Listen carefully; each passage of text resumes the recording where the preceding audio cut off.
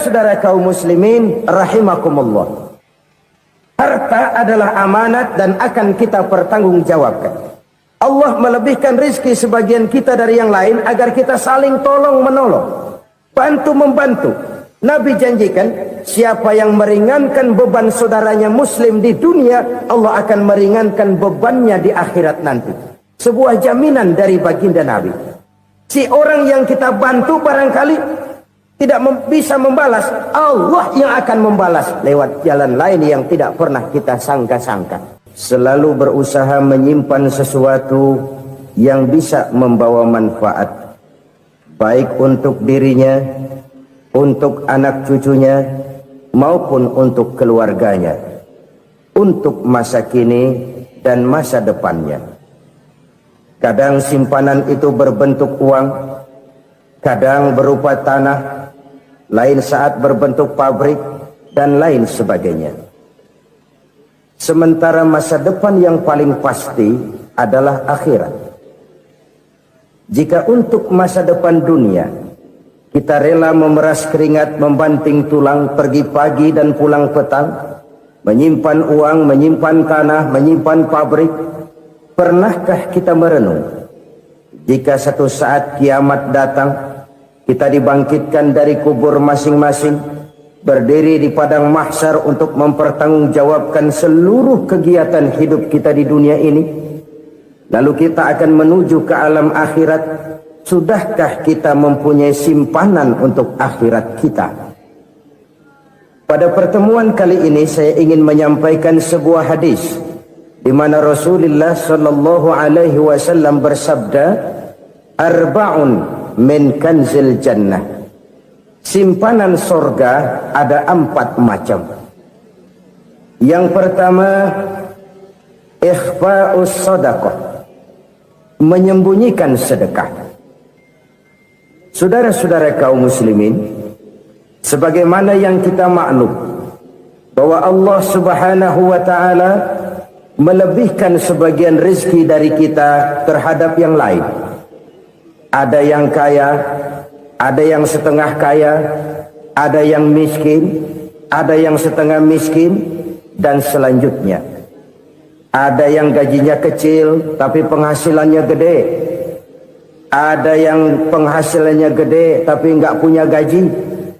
Ada juga yang memang gajinya gede dan penghasilannya gede. Kelebihan rezeki merupakan sunnatullah dan tidak harus membuat kita merasa lebih dari yang lain. Bahkan sebaliknya, kelebihan itu harus membuat kita ringan tangan untuk menolong mereka yang memang memerlukan pertolongan. Kalau saudara diberikan ilmu, maka pertanyaan akhirat cuma satu: ilmumu kau amalkan untuk apa?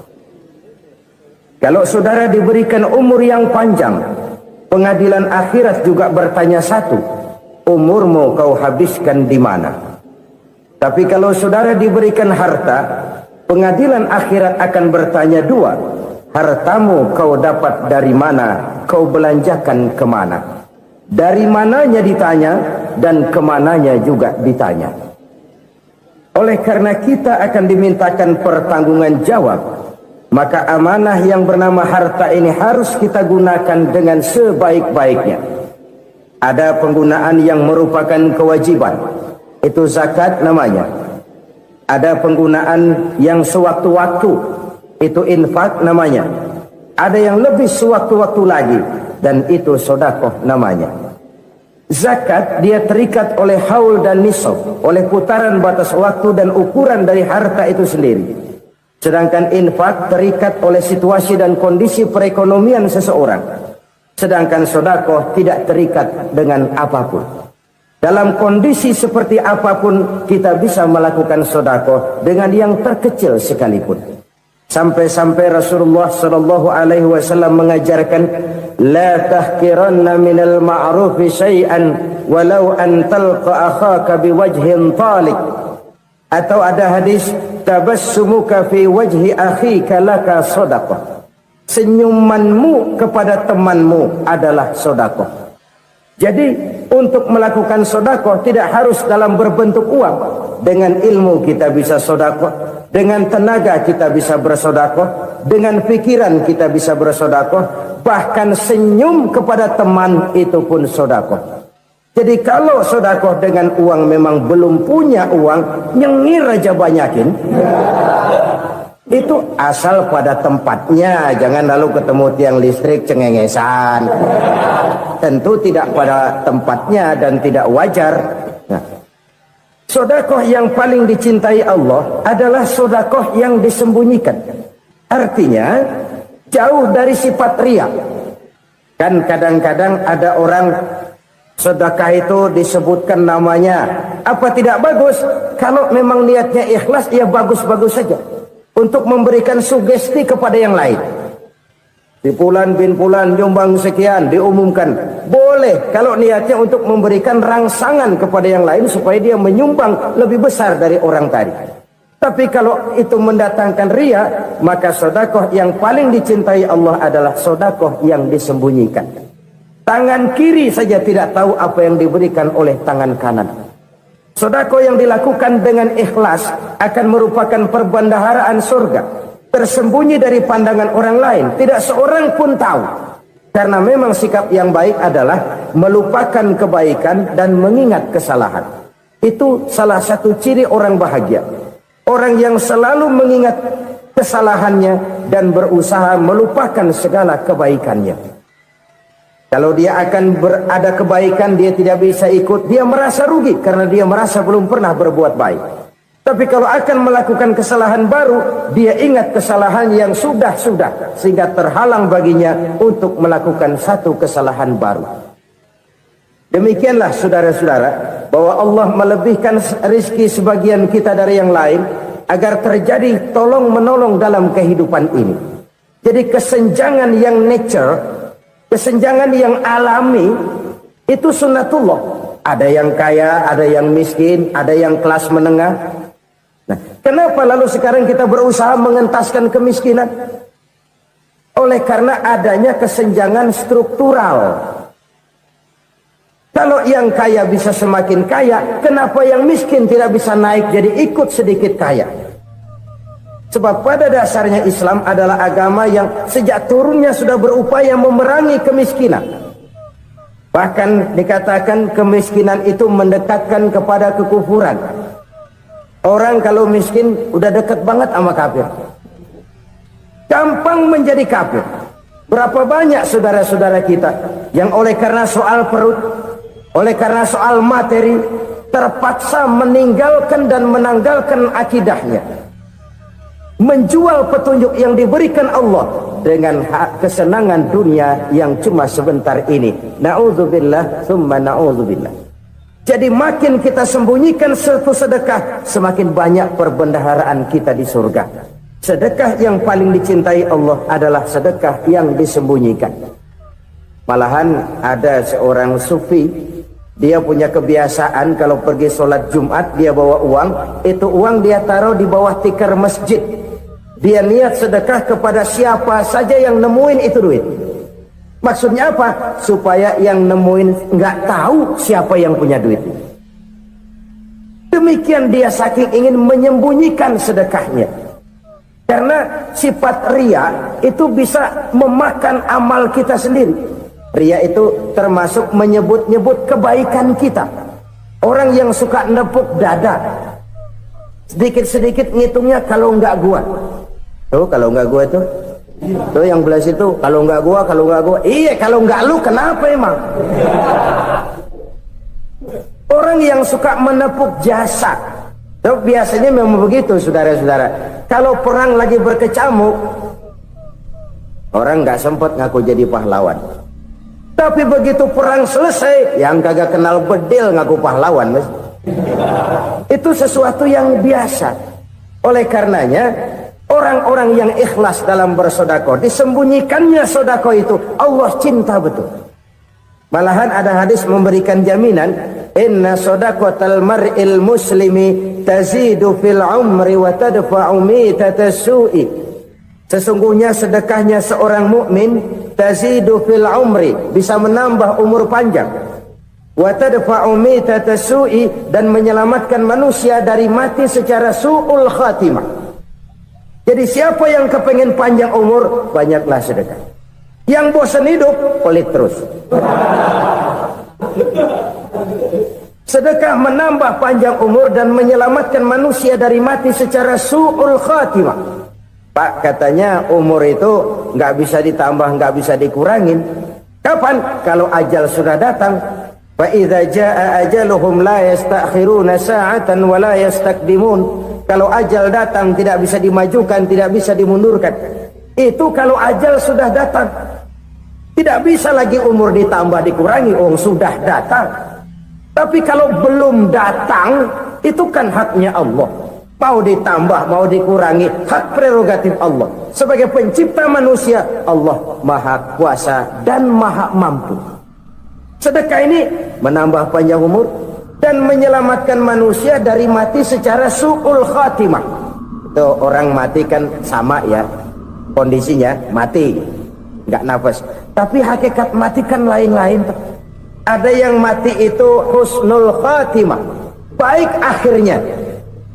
Misalnya lagi ngaji mati, lagi sholat mati, lagi sedekah mati.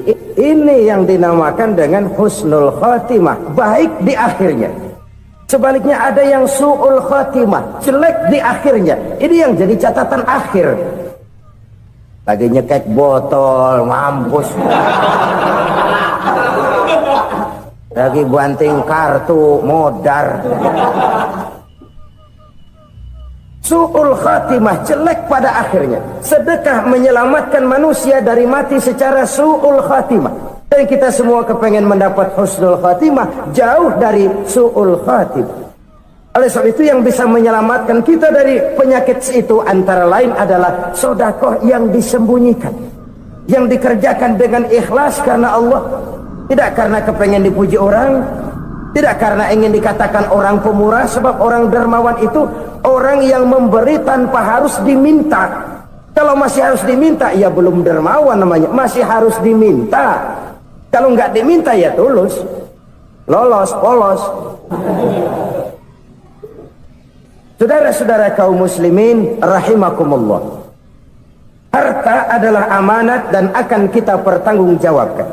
Allah melebihkan rizki sebagian kita dari yang lain agar kita saling tolong menolong, bantu membantu. Nabi janjikan, siapa yang meringankan beban saudaranya muslim di dunia, Allah akan meringankan bebannya di akhirat nanti.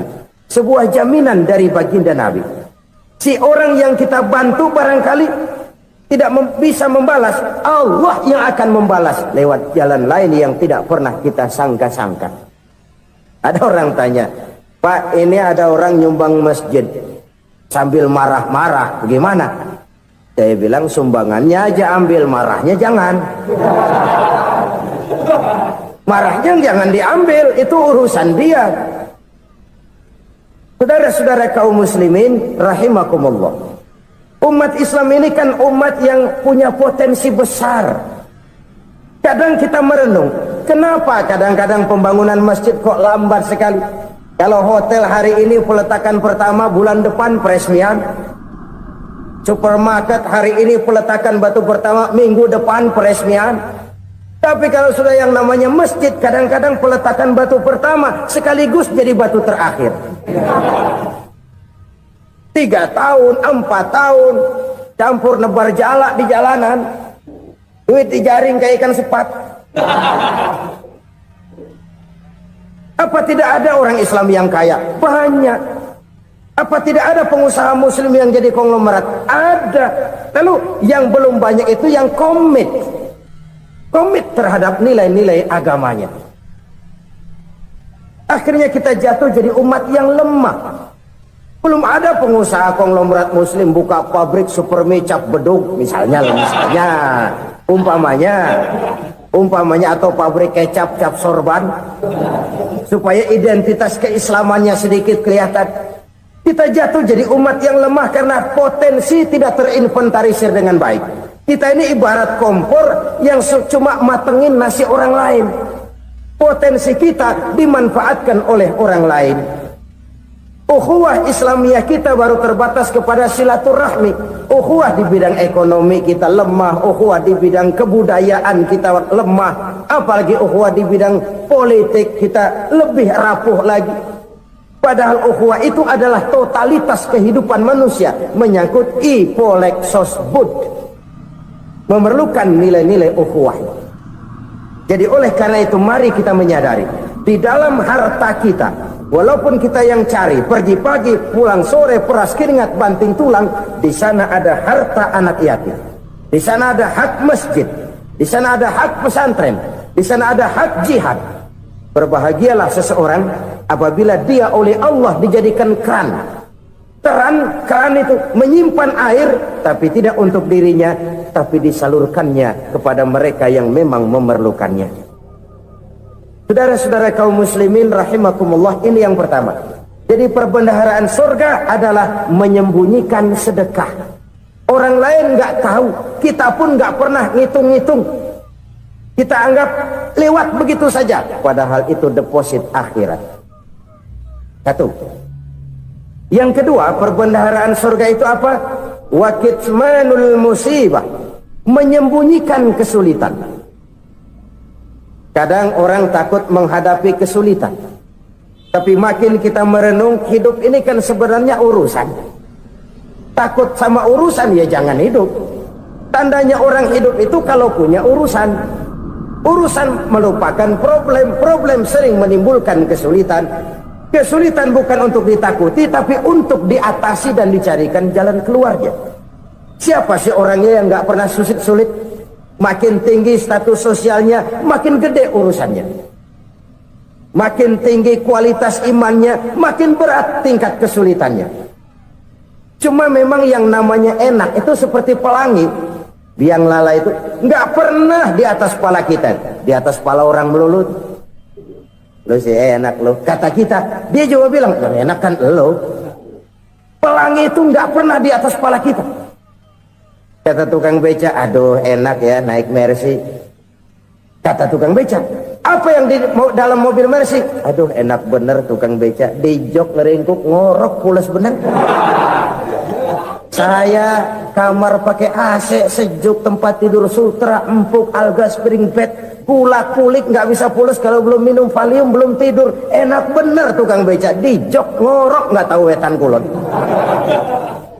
Si tukang beca bilang yang di Mercy enak, yang di Mercy bilang tukang beca enak. Inilah enak, nggak pernah di atas kepala kita, di atas kepala orang lain melulu enak itu. Nah saudara-saudara, yang merupakan perbendaharaan surga itu orang yang bisa menyembunyikan kesulitan, baik pribadi ataupun rumah tangga. Nih terutama rumah tangga yang jadi soalnya. Kadang-kadang kita ini kalau senang, sebaliknya kalau senang kita diam, kalem aja, cuek. Banyak banget duit kita bawaan, diam aja udah. Malah ketemu orang takut. Tapi begitu susah, sekampung tahu. Padahal Nabi mengajarkan perbendaharaan surga itu menyembunyikan musibah, menyembunyikan kesulitan. Kalau enak, cerita sama orang-orang. Kalau nggak enak, rasain sendiri, tekan sendiri, atasin sendiri. Kita kan sebaliknya, senang kita diam, asal lagi susah, paling tidak kita nyari teman buat cerita kesusahan. Siapa orangnya yang nggak pernah susah? Cuma soalnya bagaimana kita mengatasi kesusahan itu sendiri. Begitu juga misalnya kalau orang sudah berumah tangga, itu orang tuanya harus menjadi tempat dia cerita yang enak-enak saja. Yang nggak enak rasain berdua, selesaikan berdua, atasin berdua. Jangan dibalik. Asal senang diam, giliran susah saja. Maknya laporan. Terbalik. Bisa menjaga security informasi. Maka nama bayam keluar diam, malah seluitan. Enak amat lu makan daging ayam. Security informasi. Saudara-saudara kaum muslimin rahimakumullah, ujian yang terberat itu yang pernah diberikan kepada para nabi para rasul, para aulia, para ulama, makin tinggi keimanan, makin berat bentuk kesulitan. Ayo saya kemukakan satu contoh saja. Ada seorang nabi yang kaya, nabi kaya, namanya Nabi Ayub. Iblis kalau orang begini kan keki, ibadahnya rajin, kaya. Nih yang kayak begini susah digodain. Kalau ibadahnya rajin, miskin, kali bisa disogok. Sini imannya mantap, ibadahnya rajin, kaya, nabi lagi. Oh, tapi namanya iblis nggak kurang akal. Laporan, Tuhan, kenapa Les? Ya ini bahasa saya, bahasa Qurannya sih nggak gitu. Itu hambamu yang namanya Ayub, dia rajin ibadah cuma karena dikasih kaya aja. Coba kasih miskin dia, berhenti dia sembahyang. Ah, kamu bisa aja. Saya tahu Ayub itu hambaku yang ikhlas. Saya buktiin Tuhan, silahkan. Dibuktiin lah, iblis turun ke alam ini. Yang mula-mula dia lakukan, dia rusak sawah ladang Nabi Ayub. Dia binasakan binatang ternak Nabi Ayub. Sehingga dalam waktu singkat, jatuhlah Nabi Ayub dari orang paling kaya jadi orang paling miskin. Beliau masih ibadah di mihrab dalam masjid. Datang iblis. Saudara Ayub, ya, lagi ngapain? Ibadah. Nyembah Allah, nyembah Allah. Oh, percuma. Kenapa? Tuhan yang ente sembah nih, dia udah bikin miskin ente. Sawah ladang ente hancur lebur, binatang ternak binasa. Sekarang ente jadi orang paling miskin. Ngapain nyembah Tuhan kayak begitu? Tekor. Udah berhenti dah ibadah, berhenti ibadah. Ini iblis sama Tuhan laporannya lain, yang dikerjakan kepada Nabi Ayub juga lain. Benar begitu iblis kata Nabi Ayub? Iya, sawah ladang saya habis buras, binatang ternak saya binasa, binasa. Saya miskin, bangpak. Apa jawab Nabi Ayub? Bukan innalillahi, ya ini hebat. Alhamdulillahillazi a'tani wa akhadha minni. Segala puji bagi Allah yang telah memberikan harta kepada saya dan sekarang mengambilnya lagi. Alhamdulillah. Allah yang ngasih, Allah yang ambil. Itu mah urusan Allah. Iblis cuman ibadah jalan terus, sujud lagi Nabi Ayub. Iblis seleher gondok banget. Dasar Nabi nggak mempan dia apa-apain. Miskin malah alhamdulillah. Allah yang ngasih, Allah yang ngambil. Jadi kalau kita tidak komit, kita tidak terikat kepada kaya, miskin, senang, susah, apa yang bisa bikin kita susah? Jadikan kekayaan, kemiskinan, jadikan senang, susah sebagai anak buah yang bisa kita atur. Jangan kekayaan ngatur kita, jangan kemiskinan ngatur kita. Kita yang harus mengatur mereka. Senang, susah, kaya, miskin, bahagia, sengsara, jadikan itu anak buah yang bisa kita atur. Kalau sekarang kita kaya, lain saat boleh jadi kita miskin, semiskin-miskinnya. Allah yang ngasih, Allah yang ngambil. Tenaga mana yang bisa menghalangi? Ibadah jalan terus. Iblis makin gondok. Dasar Nabi loh. Akhirnya apa? Nabi Ayub dikerjain, diberikan penyakit. Demikian fatal penyakitnya. Bayangin, udah miskin sakit. Masya Allah. Miskin sakit. Sakitnya nggak lama, kira-kira 16 tahun. Istrinya 3, 2 mental minta ceraiin. Ngerawatin laki bengek begini. Senang belum tentu, susah udah pasti nih. Cerai aja, cerai dah. Cerai. Tinggal satu Siti Rahmah yang setia menemani beliau. Sesetia-setianya hati perempuan. Satu saat Siti Rahmah bilang, "Bang, iya, abang kan Nabi bang. Lalu namanya Nabi kan doanya jarang meleset bang. Maksud kamu minta kenapa sih sama Tuhan biar abang sembuh baik dah bang?" Siti Rahmah, iya. Saya sakit berapa tahun sih dah? 16 tahun bang. Sebelum ini saya sehat berapa tahun? Ya kira-kira 60 tahun bang. Nah coba ente banding-bandingin Rahmah. Saya dikasih sehat 60 tahun. Dikasih sakit 16 tahun, sudah nggak sabar, mau doa kepada Allah minta sembuh. Saya malu kepada Allah. Diuji dengan yang luar biasa seperti ini, tidak mengganggu stabilitas kehambaannya. Dia tetap menghamba kepada Allah Subhanahu wa ta'ala. Saudara-saudara kaum muslimin rahimakumullah, kunci menghadapi kesulitan itu apa? Allah jelaskan dalam satu ayat, wa basyiris sabirin alladzina iza asabathum musibah qalu inna lillahi wa inna ilaihi raji'un. Gembirakan orang-orang yang sabar. Siapa mereka itu? Yang apabila mendapat musibah mereka kembali kepada keyakinan dasar, segalanya dari Allah dan segalanya akan kembali kepada Allah. Ini konsepsi dasar dari sikap muslim dalam menghadapi berbagai kesulitan. Segalanya dari Allah, segalanya akan kembali kepada Allah. Kalau ini sudah kondisi dasarnya, maka kita akan lapang menghadapi kenyataan bagaimanapun pahitnya. Apakah itu namanya miskin, apakah itu namanya sakit, bahkan maut sekalipun. Segalanya dari Allah, segalanya akan kembali kepada Allah. Ini sikap hidup, bukan sekedar ucapan. Kita kadang-kadang menjadikannya sebagai ucapan. Mulutnya sih nggak berhenti, innalillahi wa inna ilaihi raji'un, tapi nangisnya terus gerung-gerungan. Bukan itu, ini kesadaran moral. Kalau segalanya dari Allah, segalanya kembali kepada Allah, kan sebenarnya cuma nunggu giliran.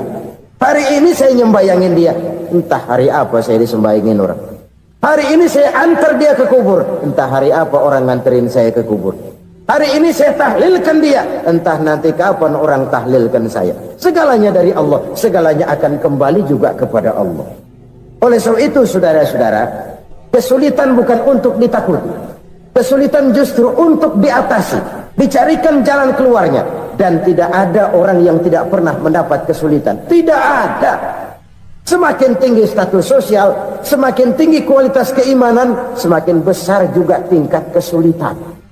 Hanya saja bagaimana cara kita mengatasinya. Dan Al-Quran menyatakan, inna ma'al usri yusra. Di balik kesulitan itu pasti ada kemudahan. Roda itu berputar. Karena itu Rasulullah sallallahu alaihi wasallam mengingatkan kepada kita, ta'arraf ilallahi firraha ya'rifka fisyiddah. Ingatlah kepada Allah di waktu kamu senang, supaya Allah ingat kepada kamu di waktu kamu susah. Kalau waktu senang kita ingat kepada Allah, kita susah, Allah tidak akan meninggalkan kita.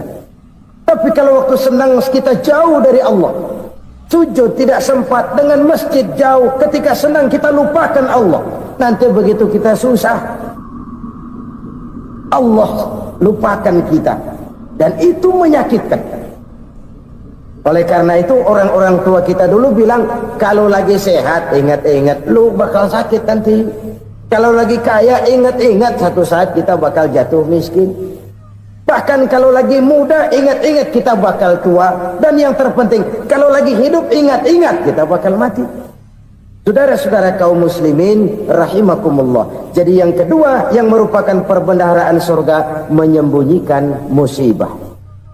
Saudara-saudara kaum muslimin rahimakumullah. Hal ketiga yang merupakan perbendaharaan surga adalah wasilatur rahmi.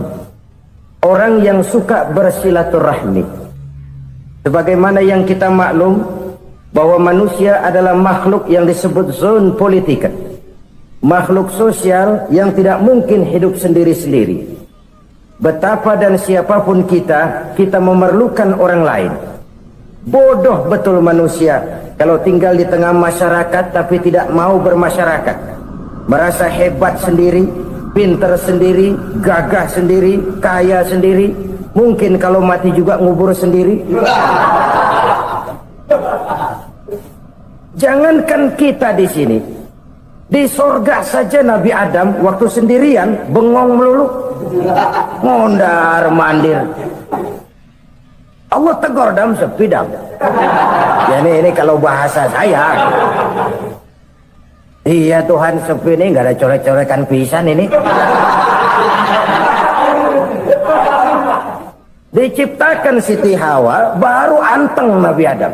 Itu di surga. Cobalah. Umpamanya saudara tinggal di Jakarta nih. Kayak bener. Apaan aja di Jakarta punya saudara dah. Jembatan Semanggi ambil. Monas, Buntel bawa pulang. Hotel-hotel ambil semua. Cuman tinggal di Jakarta sendirian, apa enaknya? Betapa dan siapapun kita perlu orang lain. Tidak ada seorang pun yang bisa memenuhi kebutuhan hidupnya secara sendiri-sendiri. Nah, Islam telah menyelamatkan manusia dari ras diskriminasi, mengikat manusia dengan persaudaraan yang berlandaskan kepada akidah. Karena itu dianjurkan bersilaturahmi. Bahkan Nabi menyatakan, man arada ayyubsata lahu fi rizqihi wa yunsa'a fi atharihi falyasil rahimah. Siapa yang kepengen diluaskan rezekinya dan dipanjangkan usianya, banyaklah ia bersilaturahmi. Siapa yang kepengen dimudahkan rezekinya, hendaknya ia banyak bersilaturahmi. Kalau banyak teman, kesulitan kan paling tidak ada tempat cerita. Udah susah, sendirian kita pikirin diri, nggak ada tempat tukar pikiran. Cepet banget sama bengek. Dilawan sendiri. Nah, secara makro kita bisa berkata, tidak mungkin ada kemenangan kalau tidak ada kekuatan. Tidak ada kekuatan kalau tidak ada kesatuan dan persatuan. Tidak mungkin ada kesatuan dan persatuan tanpa semangat silaturahmi. Kalau umat Islam mau menang, dia harus kuat. Kalau umat Islam mau kuat, dia harus bersatu. Kalau umat Islam mau bersatu, dia harus membudayakan silaturahmi ini. Bahkan sampai-sampai kata Nabi, kalau bisa cari nilai tambah. Apa? Silman qata'at. Bersilaturahmilah kau kepada orang yang marah denganmu. Masya Allah, indahnya ajaran agama kita. Orang yang marah pun kepada kita, kata Nabi, kalau bisa bersilaturahmilah kepadanya, kepada orang yang marah itu. Di situ nilai tambah. Cuman jujur nih hadis, ngucapinnya gampang, ngamalinnya yang berat banget. Orang marah sama kita disuruh silaturahmi, ada apa malu? Lu marah, ada gua marahan lagi. Gue pikirin. Saudara-saudara kaum muslimin rahimakumullah. Tapi ini yang diajarkan, bahkan ini yang dicontohkan oleh baginda Rasul. Bagaimana begitu mudah, misalnya satu saat Abu Jahal ini ngatur strategi bagaimana bikin Muhammad celaka. Dia gali lubang di depan tempat tidurnya. Dia tutupin daun korma. Terus dia panggil seseorang, ke sini. Kasih tahu Muhammad, pamannya sakit keras, minta ditengokin. Berangkat orang ini ke sana. Muhammad, labbaik. Pamanmu sakit keras, dia minta ditengokin. Baik, saya akan datang menjenguk beliau. Berangkatlah Nabi ke rumah Abu Jahal tanpa prasangka apapun. Abu Jahal udah pasang setil, selimut 3 rangkap setengah dipakai, persis kayak orang meriang. Tapi sembari ngintip dari balik selimut, begitu Muhammad buka pintu, nah masuk perangkap nih. Muhammad jalan menuju tempat pembaringan. Makin lama makin dekat, makin lama makin dekat, makin dekat ke lubang yang dipasang oleh Abu Jahal itu. Dalam hati Abu Jahal, terus dah jatuh, mampus dah lo ini. Mampus lo hari ini. Apa yang terjadi? Malaikat Jibril datang. Muhammad, pamanmu cuma pura-pura sakit. Di depan tempat tidurnya ada lubang perangkap supaya kamu jatuh ke situ. Sudah, kamu pulang. Balik kanan Nabi. Sudah hampir jatuh ke lubang, balik kanan, pulang. Bayangin kecewanya Abu Jahal. Muhammad dikit lagi, Muhammad dikit lagi. Enggak paman, saya pulang aja.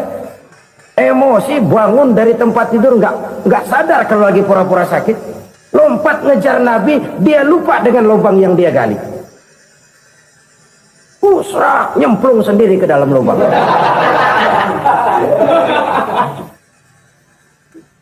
Nabi terus berlalu. Ini terjadi keanehan. Jatuh ke lubang yang dia gali itu sebenarnya nggak terlalu dalam ya, antara 3-4 meteran lah. Tolong saya jatuh ke lubang ini. Datanglah pelayan-pelayannya itu. Angkat saya dari sini. Oh, yang ngulurin tambang. Satu gulung belum juga nyampe itu tambah. Kurang beli lagi ke warung. Sambung ulur lagi enggak juga bisa sampai. Wah ini kerjaan Muhammad ini. Tolong siapa salah seorang kamu ke rumah Muhammad, kasih tahu encangnya kecebur. Minta ditolongin.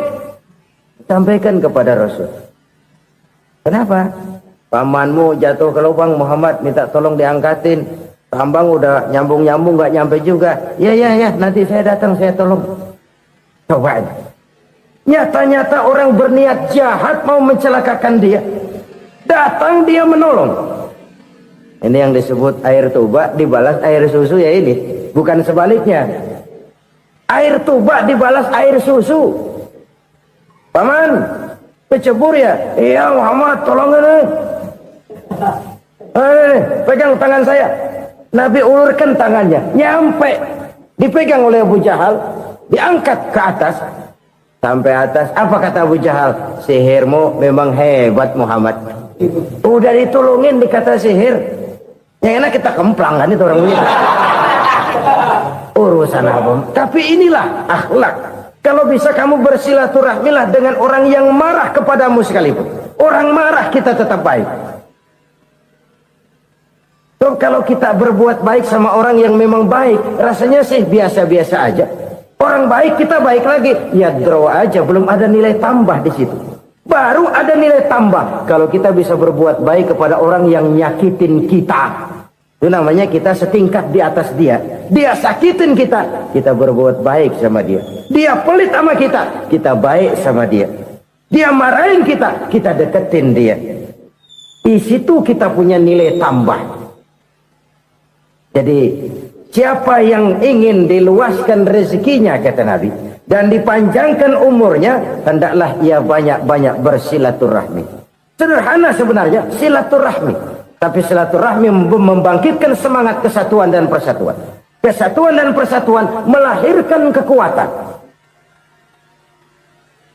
Dalam matematika 1 ditambah 1 pasti 2. Tapi di tengah masyarakat, 1 orang takut ditambah 1 orang takut, hasilnya jadi 2 orang setengah berani. Kenapa setengah berani? Karena udah berdua. Tadi pan takut sendirian. Kalau dia kumpul turu-turu takutlah jadi berani. Kita yang lemah, kita yang tidak berdaya, kita yang miskin, kalau mau kompak bersatu, apa yang nggak bisa kita kerjain? Apalagi tinggal di kota besar, pilihan cuma 2. Bertahan atau minggir. Bertahan atau minggir. Untuk bisa bertahan harus mampu bersaing. Untuk mampu bersaing harus punya keahlian. Keahlian harus ditunjang dengan pendidikan, ditambah oleh kekompakan sebagai umat. Udah miskin mencar mulu, orang injek kita. Orang nggak pandang urusan apa yang malu. Oleh karena itu silaturahmi pada hakikatnya merupakan roh dari ukhuwah yang diajarkan oleh agama kita. Bagaimana Islam menyelamatkan masyarakat manusia dari ras diskriminasi, mengikat manusia, dan tidak ada persaudaraan yang lebih indah selain persaudaraan yang diikat dengan nilai-nilai akidah. Sepanjang orang di jalan Allah, itulah saudara kita. Keluar dia dari jalan Allah, selesailah persaudaraan sampai di situ. Karena itu, kalau ingin menyimpan sesuatu di surga, banyaklah bersilaturahmi. Datang ke rumah ini, datang ke rumah itu, dan lain sebagainya. Itu simpanan kita di akhirat nanti. Ini yang ketiga. Saudara-saudara, yang keempat, perbendaharaan surga itu apa? Wa qawlu la hawla wa la quwwata illa billah. Ucapan la hawla wa la quwwata illa billah. Ibadah kan ada yang berat, modalnya besar. Bangun masjid berat, modalnya besar. Bangun rumah sakit berat, modalnya besar. Ada ibadah yang berat, tapi modalnya ringan. Misalnya puasa. Puasa itu berat, mengendalikan nafsu. Kalau sekedar nggak makan nggak minum sih enteng, mengendalikan nafsu. Itu jihad terbesar, tapi kan modalnya ringan, cuma niat saja. Ini ibadah berat, modalnya ringan. Ada ibadah yang ringan, modalnya juga enteng. Seperti termasuk ucapan la haula wa la quwwata illa billah. tanpa sadar. La haula wala quwata illa billah. Nyelengin tuh di surga. Nyelengin, kita nggak terasa. Nyelengin simpenan akhirat. La haula wala quwata illa billah. Nyimpan lagi. Kaget. La haula wala quwata illa billah. Nyimpan lagi. Banyak simpenan. Walaupun sebenarnya yang dimaksud di sini adalah kesadaran batin. Bahwa tidak ada daya dan kekuatan kecuali Allah. Itu intinya. Kita memulai pekerjaan disunahkan baca bismillah, kan begitu? Apa itu? Kesadaran moral. Bahwa ini saya bisa kerjakan. Saya kerjakan ini dengan menyebut nama Allah. Kenapa? Kalau Allah tidak memberikan daya dan kekuatan, mana mampu saya kerjakan ini. Maka saya kerjakan ini dengan menyebut nama Allah. Bismillah. Kesadaran moral. Manusia hanya wajib berusaha, tapi nggak pernah wajib berhasil. Banyak hal-hal yang kalau kita renungkan secara rasio nggak mungkin, tapi jadi kenyataan. La haula wala quwata illa billah. Tidak ada daya dan kekuatan kecuali bagi Allah semata-mata. Kesadaran moral akan kelemahan dan keterbatasan makhluk bernama manusia. Kadang kita kagum dengan otak, tapi kita sering lupa sama yang bikin otak. Padahal bagaimanapun hebatnya otak, yang bikin otak pasti lebih hebat dari otak. Nggak percaya, silahkan otak-otakan. Inilah kecenderungan. Kita kagum dengan pesawat-pesawat mutakhir, bukan main besi gede banget terbang itu. Alangkah hebatnya. Lalu apa yang bikin otak tidak lebih hebat dari itu semua? Kita puji laut. Apa yang bikin laut tidak lebih hebat dari laut itu? La haula wa la quwata illa billah. Tidak ada daya dan kekuatan kecuali Allah. Apa yang bisa kita lakukan? Kalau tidak karena daya dan kemampuan yang diberikan oleh Allah kepada kita. Lahirlah sikap tawadu, rendah hati. Tidak melonjak menjadi angkuh dan sombong. Sadar akan kelemahan dan keterbatasan diri. Sebagai makhluk yang diciptakan oleh Allah subhanahu wa ta'ala. Jadi satu sisi ini ucapan yang berpahala, la haula, jadi wiridan. Pada sisi lain ini kesadaran moral, sikap mental, kesadaran batin. Bahwa yang punya daya dan kekuatan itu cuma Allah. Kita nggak pantas untuk sombong. Sebab sombong itu pakaiannya Allah. Kita nggak sedang pakai pakaian Allah, kegedean. Dan makin kita renungi, makin terbentur. Apa sih yang bisa kita sombongin? Kita mau sombong apa? Kaya? Pintar? Itu kan semua relatif. Di atas langit masih ada langit lagi. Jadi oleh karenanya, marilah kita menyadari. Manusia hanya wajib berusaha, tapi tidak pernah wajib berhasil. Yang berusaha saja tidak wajib berhasil, apalagi yang tidak berusaha. Islam bukan agama orang pemalas yang selesai sholat lalu endelohom, nggelenggem ayem-ayem. Tapi Islam bukan agama orang sombong yang setelah berusaha lalu tidak memerlukan Allah. Kita bisa saja bikin proyeksi, tahun sekian kita bakal panen besar menurut perhitungan otak. Tapi ada kejadian lain. Apa? Tikus ngambek. Habis itu dimakanin tikus, panen gagal. Proyeksi rasional gagal oleh tikus-tikus yang ngambek itu. Bisa saja terjadi. Tahun depan kita panen besar. Urung. Kenapa? Musim panas panjang. Dan sekarang ini koran-koran bikin berita musim mengalami penyelewengan. Bukan cuma manusia yang nyeleweng sekarang. Musim pakai nyeleweng. Mestinya kan musim hujan udah selesai. Masih hujan-hujan juga. Musim. Nah sekarang kita boleh bikin proyeksi. Kita bakal panen besar. Tahu-tahu musim panas panjang. Sawah retak, air kering. Cari teknokrat yang paling botak. Suruh pendekin tuh musim panas. La haula wa la quwata illa billah. Inilah kesadaran moral. Saudara, saya teringat satu saat ada seorang konglomerat. Umurnya ya kira-kira 70-an. Satu saat dia ditanya oleh wartawan, "Pak, umur Bapak berapa sih?" "Ya paling 10 tahun." 10 tahun. 10 tahun. Anak bapak berapa orang? Satu saja. Satu. Harta bapak berapa?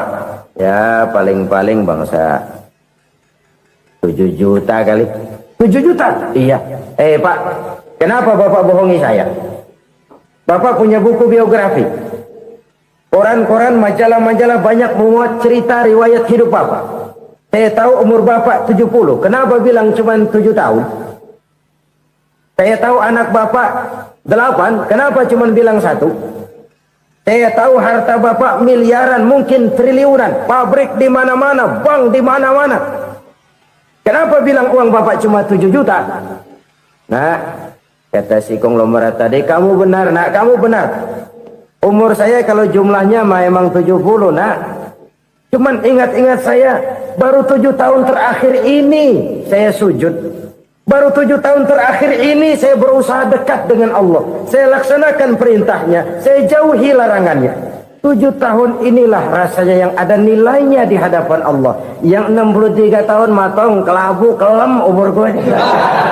Habis untuk maksiat, untuk munkarat. Maka ketika ditanya tadi, umur saya 7 tahun itu. Oh begitu Pak. Oh iya. Lalu anak Pak. Anak bapak kan 8. Kenapa bilang cuma 1? Nah, kalau jumlah hitungannya memang anak saya 8. Tapi dari 8 orang ini rasanya cuma 1 nih. Yang bakal jadi buah hati, belahan jantung. Pelanjut cerita, penerus sejarah. Bakal jadi anak soleh yang akan mendoakan saya. Cuma 1 rasanya anak saya ini yang bakal jadi buah hati saya. Besar-besaran saya. Yang akan mendoakan di kubur saya. Yang akan mendoakan di akhirat saya. Yang 7 orang mana? Masya Allah, yang 1 tenggeng, yang 1 nyekek botol mulu, yang 1 nggak karu-karuan. Makanya saya bilang 1 anak saya yang akan bisa mendoakan saya. Oh begitu Pak. Iya. Nah harta Pak, harta bapak kan triliunan. Pabrik bapak di mana-mana. Uang bapak hampir di tiap bank-bank besar. Kenapa bilang cuma 7 juta? Betul kau nak. Harta saya kalau jumlahnya memang miliaran, triliunan mungkin. Tapi yang saya ingat baru 7 juta tuh yang saya belanjakan di jalan Allah. Saya nyumbang masjid, saya santuni yatim piatu, saya bantu pembangunan pesantren, saya bantu pembangunan rumah sakit Islam. Itu yang akan saya bawa pulang ke akhirat, yang 7 juta itu. Yang triliunan itu nanti akan diperebutkan oleh anak-anak saya sebagai waris saya. Jadi harta saya 7 juta itu yang bakal nemenin saya di akhirat. Yang akan saya bawa pulang jadi teman saya. Saudara-saudara kaum muslimin, jangan-jangan orang tua itu adalah kita-kita ini. Jangan-jangan kita-kita ini adalah orang tua itu. Jangan-jangan itu potret dari diri kita masing-masing. Dari sekian umur yang diberikan Allah, berapa tahun yang ada nilainya di hadapan Allah? Dari sekian anak-anak yang merupakan amanah, berapa yang akan mendoakan kita sebagai orang tuanya menjadi anak soleh? Dari sekian banyak harta yang diberikan Allah, berapa yang akan kita bawa pulang menghadapnya nanti, yang kita belanjakan di jalan Allah? Ini sebuah potret kehidupan. Karena itu kita kembali kepada la haula wa la quwwata illa billah. Kita wajib berusaha, kita wajib berikhtiar. Selebihnya, segala daya dan kekuatan hanya milik Allah saja semata-mata. Satu kesadaran batin dari setiap pribadi muslim. Setelah ia berusaha dan berikhtiar, ia menyerahkannya kepada Allah Subhanahu wa ta'ala. Jadi, satu sisi ini merupakan wiridan ucapan yang mengandung pahala. Pada sisi lain, ini merupakan sikap batin dari seorang muslim di dalam ia menghadapi realitas kehidupan ini. Saudara-saudara kaum muslimin rahimakumullah. Kalau ini kita jadikan satu basis kehidupan, maka ini akan menyelamatkan manusia dari kemungkinan tergelincir menjadi orang yang lupa diri dan lupa darat. Sebab itu Imamul Ghazali berpesan, jadidis safinah fa innal bahra amiq wa khuziz zad fa inna safara ba'id wa khaffifil hamla fa innal hamla sadid. Perbarui selalu kapalmu karena lautan sangat dalam. Bawa bekal yang banyak karena perjalanan ini sangat jauh. Ringankan beban, karena kebanyakan beban akan menyakitkan. Alangkah indah kalimat ini, alangkah dalam makna yang terkandung di sana. Perbarui selalu kapalmu karena lautan sangat dalam. Apa artinya ini? Jaga mentalmu baik-baik. Pelihara imanmu baik-baik, karena hidup penuh cobaan seperti lautan. Kita kalau berlayar di lautan kan kadang-kadang tenang, angin bertiup sepoi-sepoi basah. Jika malam datang, bintang gemintang bertabur menghias cakrawala. Rembulan memantulkan sinarnya dengan indah. Dalam keadaan begitu berlayar enak. Tapi lain saat ombak menggunung, halilintar menyambar, angin topan bertiup.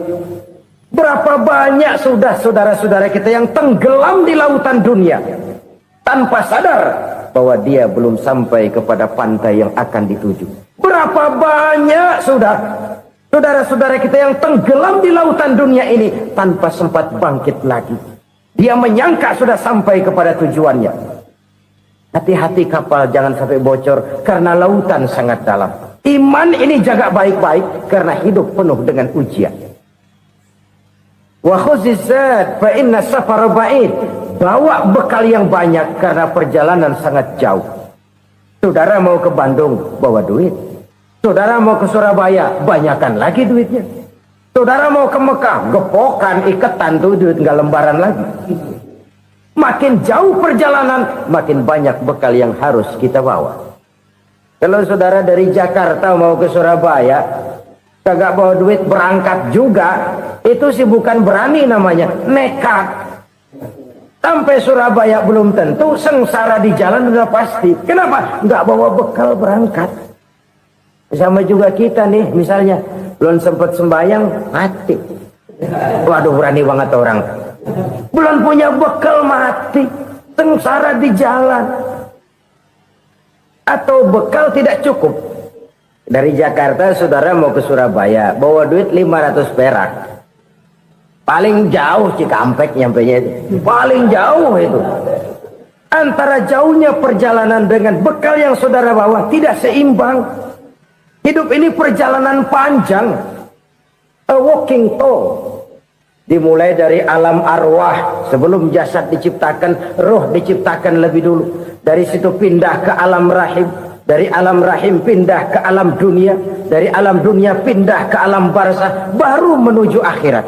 Satu perjalanan panjang. Kalau bekal tidak bawa, sengsara di jalan. Bawa bekal yang banyak karena perjalanan ini sangat jauh.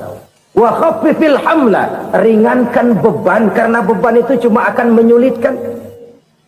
Kalau bekal itu sih keperluan, tapi beban nggak kita perluin, cuma ngeberat-beratin. Apa ini beban? Dosa, kecurangan, kebatilan, kezoliman, ketidakadilan, kesewenang-wenangan. Itu akan jadi beban kita di akhirat. Alangkah celakanya, perjalanan panjang, bekal tidak bawa, beban kelewat banyak, alamat sengsara di jalan. Pahala tidak ada, dosa berlipat ganda. Na'udzubillah, summa na'udzubillah. Kalau kita rangkum nasihat Al-Ghazali dengan kisah si konglomerat tadi, kita akan mengambil kesimpulan. Pertama, bekal terbaik dalam menghadapi gejolak kehidupan ini tidak lain adalah iman. Yang kedua, pahala dan dosa. Dua hal kontroversial. Pahala adalah bekal, dosa adalah beban. Tapi kita sekarang kan tidak begitu terangsang kepada yang abstrak. Orang berlomba mencari yang konkret-konkret saja. Yang real. Kalau memang dosa, benjol dong. Kira-kira begitu. Kira-kira begitu. Persis orang Yahudi dulu. Orang Yahudi itu kan pernah minta kepada Nabi Musa. Ya Musa, lan nu'mina laka hatta narallaha jahrah. Musa, kami nggak bakal mau beriman kepada Allah kalau belum kami lihat Allah ada nongkrong di depan kami.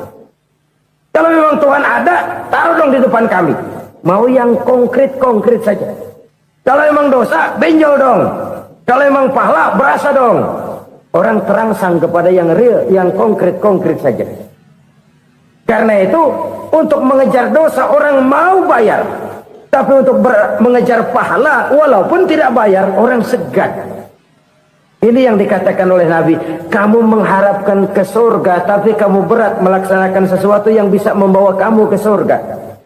Kamu ingin jauh dari neraka tapi tiap saat kamu lakukan perbuatan-perbuatan yang justru menjerumuskan kamu ke neraka. Idda'aitum an-najata minan nar wa ramaitum fiha anfusakum. Kamu ingin selamat dari neraka tapi kamu lemparkan diri kamu ke neraka. Kamu ingin masuk surga, tapi berat sekali kamu melakukan perbuatan-perbuatan yang bisa menyampaikan kamu di surga. Saudara-saudara kaum muslimin, rahimakumullah.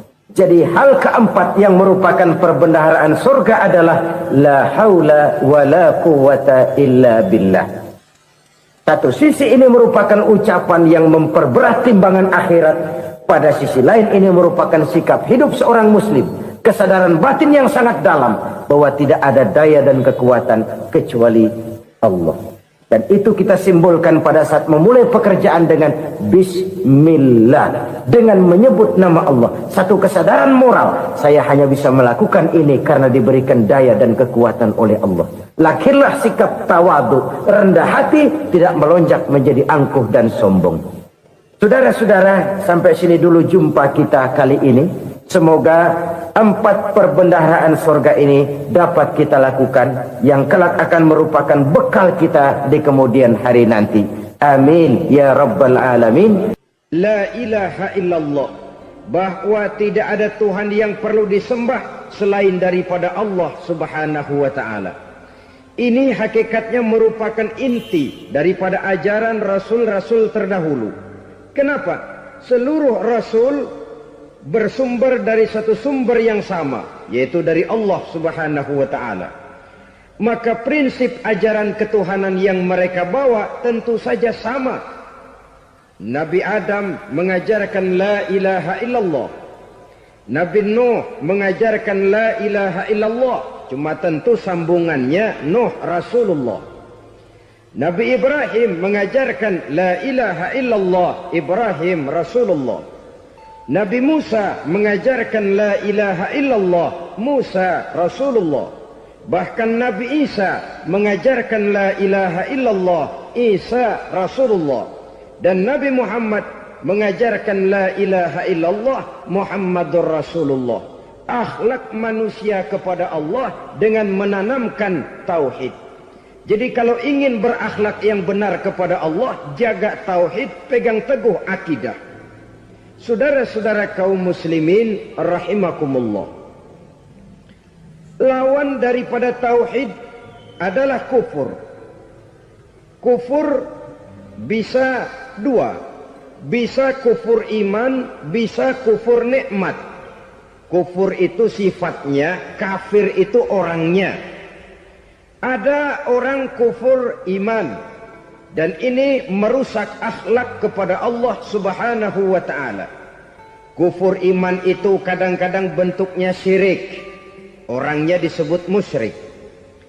Kufur iman itu kadang-kadang bentuknya nifaq, orangnya disebut munafik. Kufur iman itu kadang-kadang bentuknya riddah, orangnya disebut murtad. Ini merupakan jenis daripada kufur-kufur iman dan tergelincirnya manusia daripada akhlak kepada Allah subhanahu wa ta'ala. Benar, di zaman sekarang kita tidak menyembah berhala. Memang di zaman sekarang kita tidak menyembah patung. Iya, kita tidak berkeyakinan Tuhan lebih dari